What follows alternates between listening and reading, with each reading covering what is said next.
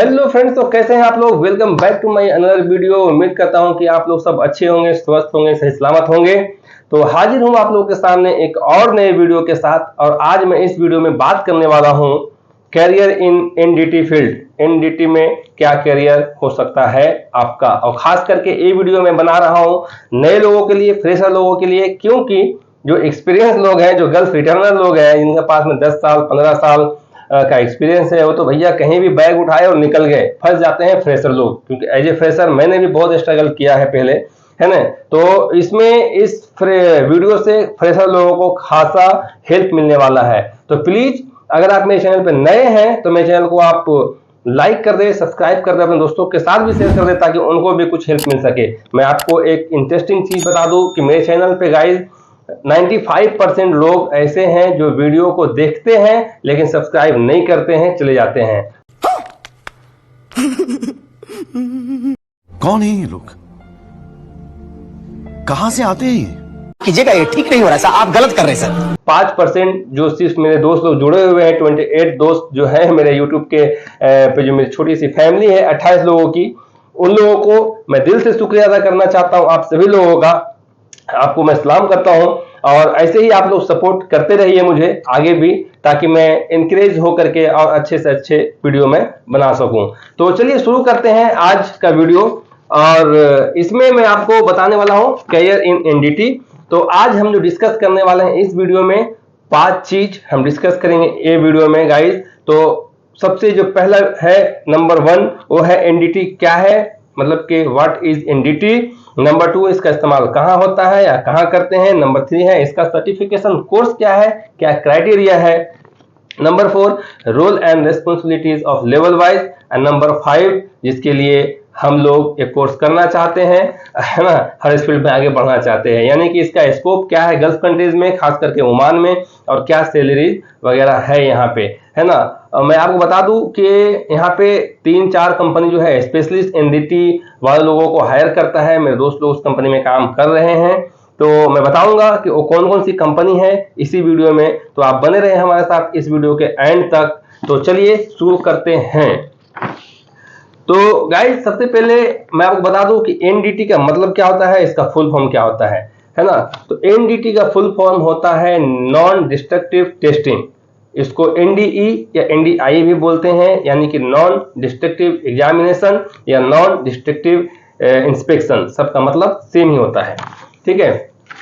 एक होता है एनडीटी और एक होता है डीटी, नॉन डिस्ट्रक्टिव टेस्टिंग, और डीटी का मतलब डिस्ट्रक्टिव टेस्टिंग। मैं अगर आप लोग बोलेंगे तो मैं उस पर एक अलग से वीडियो बना दूंगा कि what is the difference between NDT and DT, है ना। फिलहाल हम बात कर लेते हैं एनडीटी का। तो एनडीटी का मतलब क्या होता है, सबसे पहले हमें समझते हैं। तो एनडीटी का मतलब गाइस होता है कि किसी भी मटेरियल को जो हम वेल्डिंग करते हैं, फैब्रिकेटेड या नॉन फैब्रिकेटेड, उसको बिना ब्रेकिंग किए हुए, बिना तोड़े हुए रेक्टिफाई करने के प्रोसेस को हम एनडीटी कहते हैं। क्लियर हो गया एक चीज, है ना। अब बात कर लेते हैं नंबर 2, यानी कि इसका इस्तेमाल कहाँ कहाँ होता है। तो इसका इस्तेमाल होता है आपका AWS यानी कि अमेरिकन वेल्डिंग सोसाइटी, ASME यानी कि American society for mechanical engineering, जैसे कि बॉयलर हो गया, प्रेशर वेसल्स हो गया, कॉलम हो गया, ये सब में। और API में भी इसका इस्तेमाल होता है। API मतलब अमेरिकन पेट्रोलियम इंस्टीट्यूट। ये बहुत ही एक बोले तो वजनदार सर्टिफिकेट है। अगर ये सर्टिफिकेट आपके पास में है तो फिर आपका लाइफ बहुत ही ब्राइट होने वाला है, फ्यूचर बहुत ही ब्राइट होने वाला है। क्योंकि मेरे 1-2 दोस्त हैं जो कि मेरे कंपनी में, जिनके पास में API का सर्टिफिकेट है। अगर भाई उनको कंपनी, मतलब वो खुद अगर रिजाइन भी देना चाहते हैं ना कि भैया हमको नहीं करना है, हमको जाना है, तो कंपनी नहीं छोड़ती है उसको, सैलरी फटाक से इंक्रीमेंट उनका कर दिया जाता है। इतना पावरफुल ये सर्टिफिकेट है ना। और API अमेरिकन पेट्रोलियम इंस्टीट्यूट, जैसे कि पेट्रोकेमिकल हो गया, ऑयल एंड गैस हो गया, क्योंकि मेरी कंपनी भी ऑयल एंड गैस की कंपनी है ना। Advance oil field technology company मेरी कंपनी का नाम है। तो इस सब में इस्तेमाल इसका होता है। ANSI हो गया, अमेरिकन नेशनल स्टैंडर्ड इंस्टीट्यूट, जैसे कि power plant, boiler, same, column, ये सब में इसका इस्तेमाल वाइड रेंज में किया जाता है ना। मैं बता ही दिया आपको कि फैब्रिकेटेड या प्री फैब्रिकेटेड है ये सब में, जहाँ पे आपका कास्टिंग मटेरियल हो गया, आपका फॉर्जिंग के मटेरियल में इस सब का इस्तेमाल किया जाता है। अब हम बात कर लेते हैं गाइस, इसका सर्टिफिकेशन कोर्स क्या है, क्या क्राइटेरिया है ना। तो इसका सर्टिफिकेशन कोर्स जो है वो 3 लेवल का है, level 1, level 2 and level 3। 3 level का इसका कोर्स होता है। लेवल 1 के लिए अगर आप 10th पास है तो आप एलिजिबल है। बहुत ज्यादा कुछ क्राइटेरिया नहीं है लेवल 1 के लिए कोर्स करने के लिए, लेकिन I would like to suggest you guys कि अगर आप लेवल 1 कर रहे हैं तो उसके साथ में आप लेवल 2 भी जरूर करें, क्योंकि खाली लेवल 1 करके आप अगर यहाँ आते हैं तो आपको कुछ ज्यादा बेनिफिट मिलने वाला नहीं है, और आप अपने आप को उससे और भी एक अपमानित महसूस कीजिएगा कुछ दिनों के बाद। स्टार्टिंग में तो हो सकता है आपको अच्छा लगे, क्यों वो मैं आपको आगे इस वीडियो में बताने वाला हूं। तो आप देखिए, लेवल 2 जो है इसके लिए ITI चाहिए, कम से कम ITI डिप्लोमा किया हुआ हो, और ऊपर आप अगर बीटेक बी वगैरह किए हुए हैं तो it would be very helpful to you, है ना। कम से कम 10+2 साइंस से तो होना ही चाहिए, तब आप लेवल 2 कर सकते हैं। और बात आ गई अब लेवल 3 की। तो लेवल 3 जो है, लेवल 3 करने के लिए आपको लेवल 2 मस्ट करना पड़ेगा, और उससे कुछ क्राइटेरिया है, उसको भी आपको जो है वो करना पड़ेगा पूरा, उसके बाद आप लेवल 3 के लिए एलिजिबल होइएगा। तो क्राइटेरिया क्या है मैं बताता हूं आपको। क्राइटेरिया यह है कि specific certification body which is typically include a combination of education, जैसे कि ट्रेनिंग हो गया and experience in the relevant NDT techniques हो गया, क्लासरूम हो गया, इंस्ट्रक्शन हो गया, आपका performing inspection, interpreting result and developing inspection procedure. ये सब जो भी प्रोसीजर है वो सब कुछ आपको मुकम्मल करने के बाद, कंप्लीट करने के बाद ही आप लेवल 3 के लिए एलिजिबल होते हैं।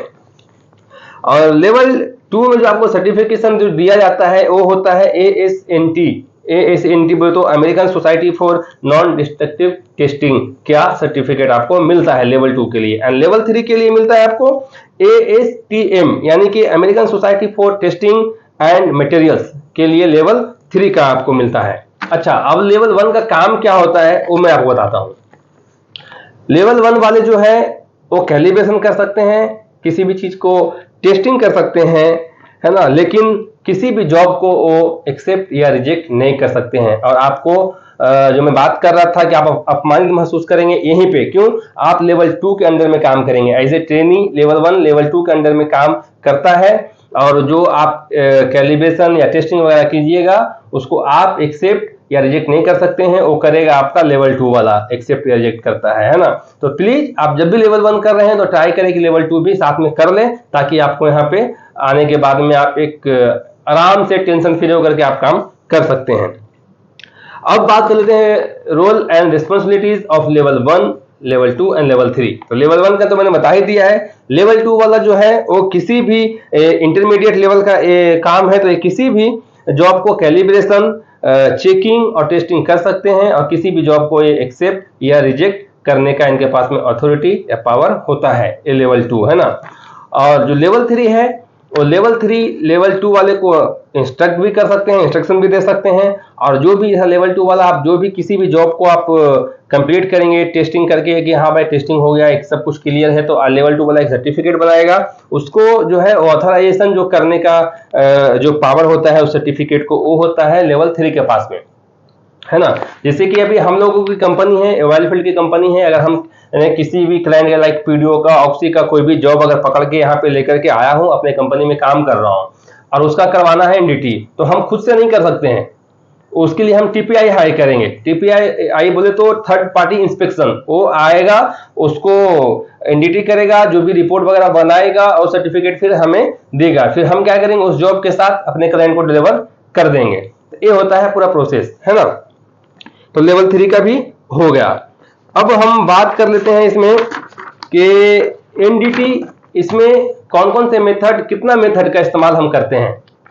एनडीटी में कितना लेवल का कितना मेथड का इस्तेमाल किया जाता है। तो इसमें 13 से 15 मेथड का इस्तेमाल किया जाता है, लेकिन नॉर्मली जो हम लोग इस्तेमाल करते हैं वो 5 मेथड का इस्तेमाल करते हैं एनडीटी में। 5 मेथड है ना, और वो है VT, DP, MPI, UT and RT, 5। अब मैं आपको बताता हूं कि वीटी का मतलब क्या होता है।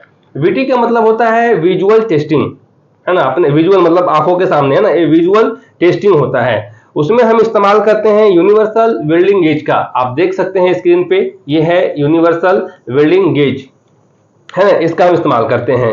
उसके बाद होता है डीपी। डीपी का मतलब होता है डाई पेनेट्रेंट टेस्टिंग, या एलपीटी भी इसको बोला जाता है, लिक्विड पेनेट्रेंट टेस्टिंग। इसमें हम लिक्विड वगैरह का स्प्रे का इस्तेमाल करते हैं, है ना। इसमें हम इस्तेमाल करते हैं क्लीनर का, पेनेट्रेंट का और डेवलपर का। जैसे किसी भी ज्वाइंट को हमको मतलब टेस्ट करना है तो उस पर सबसे पहले क्लीन करेंगे, उसका सरफेस को अच्छे से हम क्लीन करेंगे। उसके बाद में हम पेनेट्रेंट यूज करेंगे, जो चेरी रेड कलर का है आप देखिए, है ना।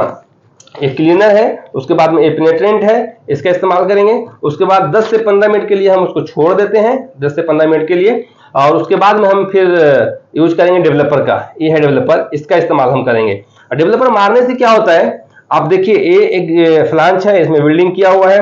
आप देखिए इसमें रेड कलर का जो भी है ना वो सब लीक है। डेवलपर मारने के बाद जितना भी जो भी माइनर लीकेज होता है ना गाइस, वो सब कुछ आपका ऊपर आ जाता है, सब कुछ आपको क्लियर दिखेगा। थोड़ा सा भी मतलब जो छोटा भी जो लीक रहेगा वो सरफेस के ऊपर आपको एकदम क्लियर दिखाई देगा।